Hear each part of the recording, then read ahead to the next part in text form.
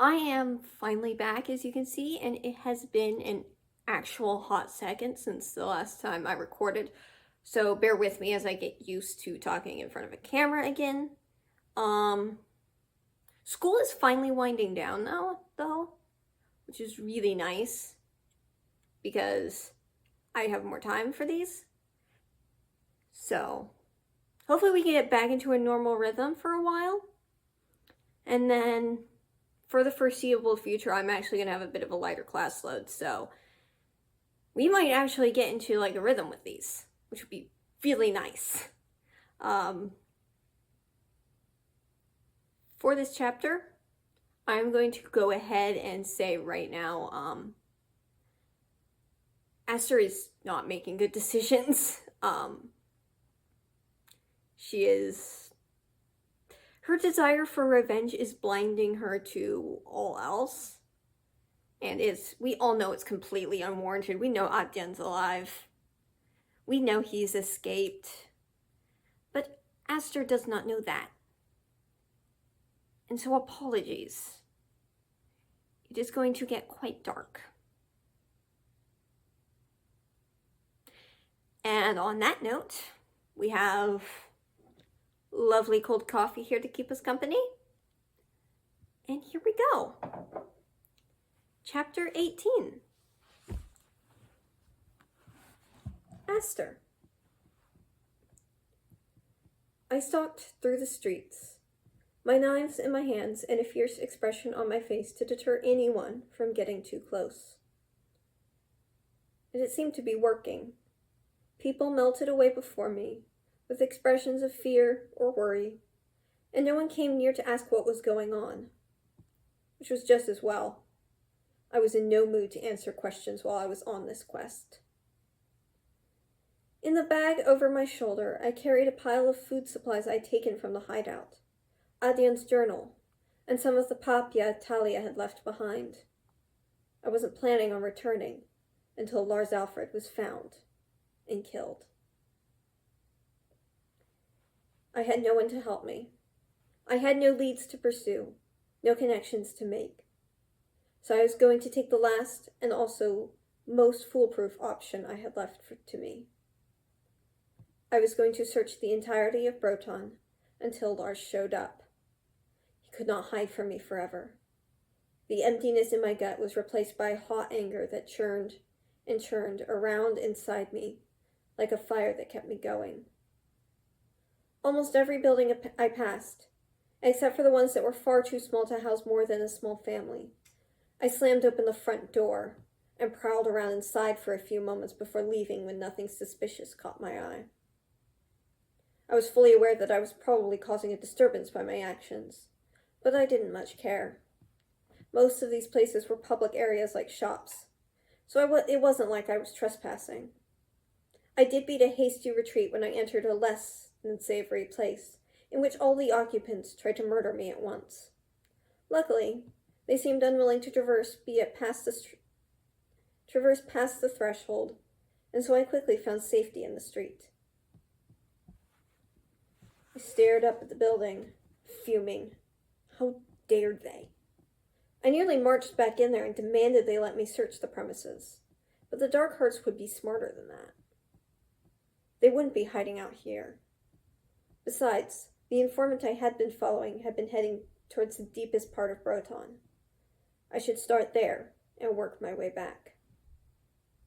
Kicking a stone in the road, I turned away with a huff and sagged slightly, my shoulders curving inward as I stared at the ground. This was all so hard. The search, the hunt, and now Talia was gone as well, which meant that it was all down to me.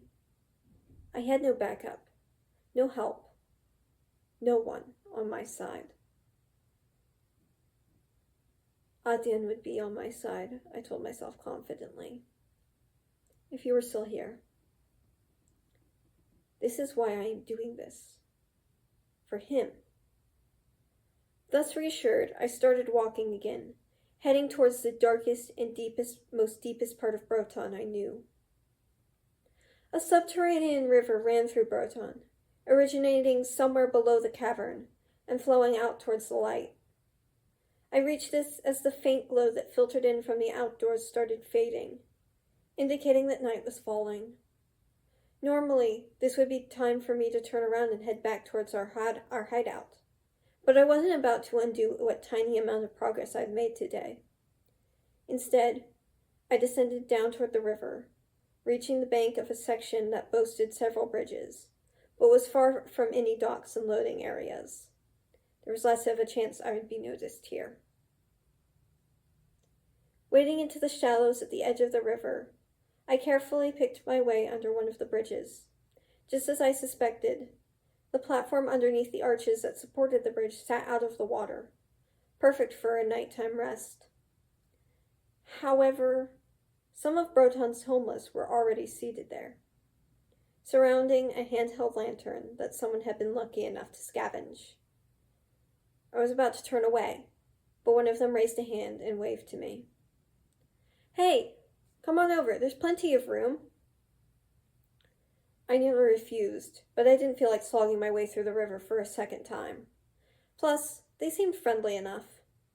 So long as I didn't tell them who I was and what I was up to, I didn't see a reason why it would be a bad idea. I raised my hand in return. "Thanks." Holding my skirts out of the water so they wouldn't get wet, I covered the last part of the distance to the platform and climbed up on top of it. One of the figures rose to greet me as I moved to smooth down my skirt, a man in a ragged shirt and vest.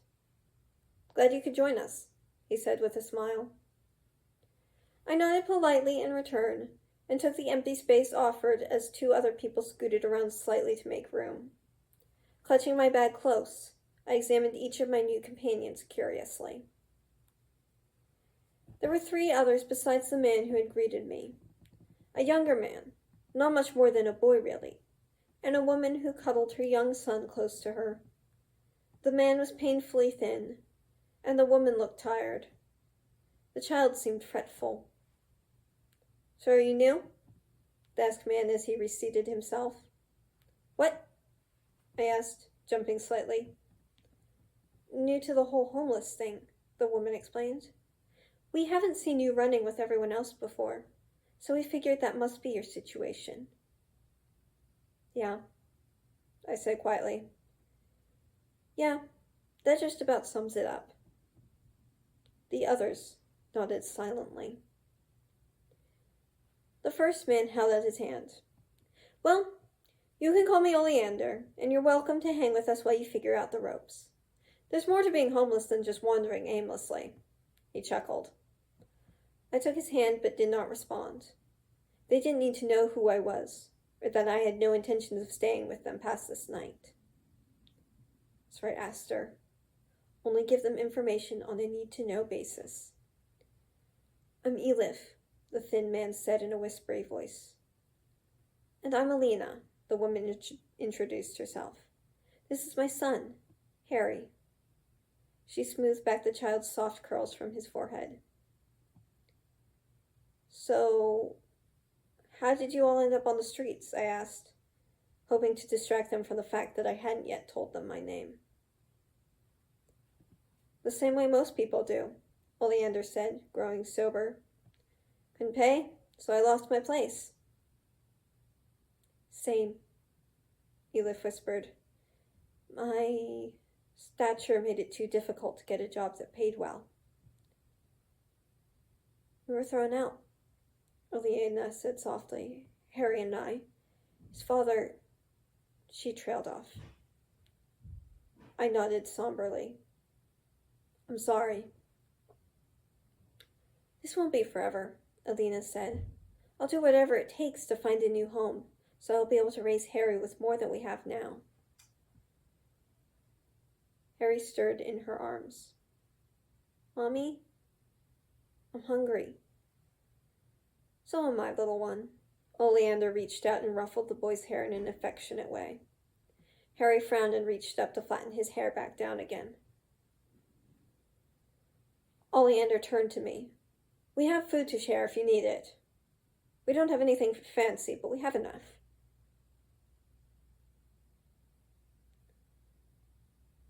"No, thank you. I have my own." I kept my voice soft and gentle. Smart girl. Oleander nodded approvingly. Reaching into a large pack seated next to him, he started passing out food to the other three. What about you? Alina asked a little later as we were all eating. What's your story? My home was taken from me, I said, keeping my eyes fixed on the fruit I was eating. I have no chance of getting it back now. Couldn't pay? Elif said sympathetically. No, I replied. The circumstances were a little different than that. Oh, how badly I wanted to tell them the truth. That my home was Adien, and Adien had been killed, and now I was on a journey of sacred revenge. But I barely knew these people. I didn't know if I could trust them or not. I just barely managed to keep my mouth shut. It's all right, friend, Oleander said. Take your time. No one out here on the streets has a happy story. I nodded in acknowledgement and popped the last piece of fruit into my mouth. Later that night, when the lantern had been doused and we had all lain down to sleep, I sat in the quiet, listening to the soft sound of water lapping against the shore and the stones that held up the bridge. Adien's journal sat in my lap, closed because it was too dark to read the words it contained. I traced the design carved into the front corner, exploring each of the little nuances with my fingertip, as I thought over one of the entries I'd read a few days before. Everything I do is for Aster, Adien had written. Everything is for her safety and for her well-being. Is that a bad thing? Is there somewhere I need to draw the line? This was no secret. I'd always known this, ever since we were 6 years old. I hadn't always appreciated it, but I'd always understood why. Till Lars Alfred had killed him, and my world had been turned upside down. Now nothing seemed to make sense anymore. There was only my anger, and the fact that nothing was ever going to be the same again, even if I killed Lars.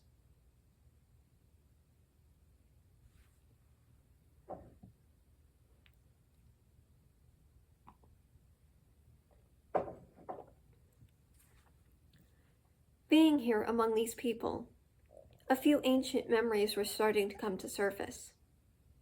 This wasn't the first time I'd lived out on the streets, but I'd had Adien then.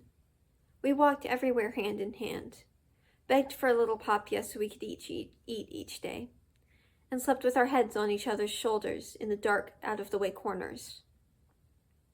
We hadn't needed anyone then, and we still carried a childlike optimism that had made it seem better than it was.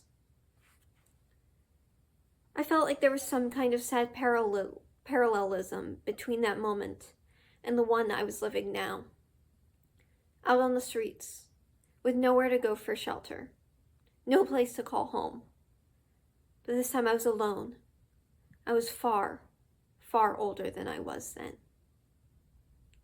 I knew better than to have hope that things wouldn't be so bad. What's that? A voice whispered in my ear. Startled, I quickly shoved the book back into my bag. Nothing, I said, as I turned to find Elif's face peering out of the darkness. Elif tilted his head at me. That's the thing, though. You're hiding something. Don't think I didn't notice how you've told us absolutely nothing about yourself. I told you how I became homeless, I replied, my hands instinctively going to my knives. But not your name. Elif shifted into a sitting position, seemingly oblivious to any kind of danger. Not why you hold on to that book like it's your only lifeline. Because it's the only thing I have left. Because it's none of your business, I replied. If this guy started to ask a few other questions, I I would be forced to drastic measures. I get it, I think, Elif said, staring out across the darkened water. It's all right. Homeless people aren't like the gangs. Trust and loyalty are part of what helps us survive. And like Oleander said, none of us have a happy story. None of us have a happy story. I bowed my head, and I thought about telling him. But I didn't know how he would react to learning about our associations with the Dark Hearts. It generally made people suspicious, even though Adyen or I had never had any allegiance toward them. Also, there was the issue of the revenge. After Talia had left, I was uncertain how others would react when I told them about my quest. It wasn't helping that these people kept making me want to trust them, but I forced myself to harden myself against that. They might be willing to trust me, but I was far from ready to trust anyone in the foreseeable future. Not right now, I said. Maybe later. I would be gone by morning. Elif nodded quietly. All right. It would be nice if I knew what to call you. That was it. I told you, I don't want to tell you anything. I growled. Now leave me alone. As my anger surged, I felt my power do so as well, and my hands slipped off my dagger hilts because those were one of the few things I didn't want to burn to ash. All right. Elif raised his hands in surrender and prepared to retreat as one could in this confined space atop the platform. But I'd already been pushed over the edge by my own conflict and the man's questions. Lashing out with one hand, I slapped Elif hard across the face. I sensed my power release into them as it flared inside me. The blankness descended. Elif let out a yell of surprise, just before the effects hit and he fell to the stone, gray and cold. The sound woke Oleander, a hulking figure in the darkness as he sat up. What? Nearby, Alina stirred as well. I took a step back. Too late. When they saw what had happened, they would come after me. My only chance was to leave no witnesses and make a run for it. That was the only way. Part of me knew that I had messed up a lot of things by not holding myself in check, but with the curtain conveniently masking any kind of regret, I squished any such thoughts quickly. I had to finish this first. As Oleander rose to his feet, looking around him in surprise, I took a few steps forward and drove my fist into his stomach. He fell, and I sidestepped, reaching down to place my hand on Alina's shoulder. She gasped. No, I whispered, before my magic did its work and she fell back. I turned to see if anyone was still moving, and I found myself face to face with little Harry. He cowered against the base of the arch that had been sheltering us, watching the proceedings with fascinated horror. When he realized I was looking at him, he shrank back even further and tried to make himself as small as possible. I checked myself. My mind told me it was wrong to kill a child, even though there were no emotions attached to it.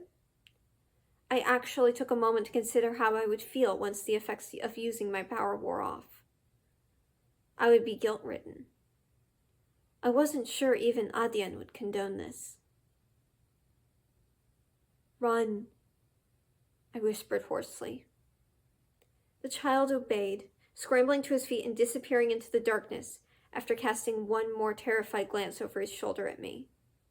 I heard splashing footsteps fading as Harry waded through the shallows of the river to reach the shore. Turning away, I stepped between the bodies I'd already left to pick up my bag, and then, heading in the opposite direction, I too stepped off the platform and waded my way back to the shore and up to the road. I started down the street, determined to find somewhere else to spend the night, but out of nowhere, 2 men dressed in identical white uniforms approached me. "Aster?" one of them asked. "Yes?" I asked cautiously, drawing back a step. "Who are you?" "We are part of the peacekeeping force of Willen, the capital of Skyra," the man responded, "and you are under arrest for multiple counts of murder. I recommend you come with us quietly." No, they found me. One thing I knew for sure, they could not take me in. Not until I took out Lord Alfred. Backing up a few steps, I turned to flee in the opposite direction. But nearly a dozen more figures in white materialized in front of me and on both sides. I turned again, but I no longer saw a quick avenue of escape. Almost before I realized it, they had me cornered.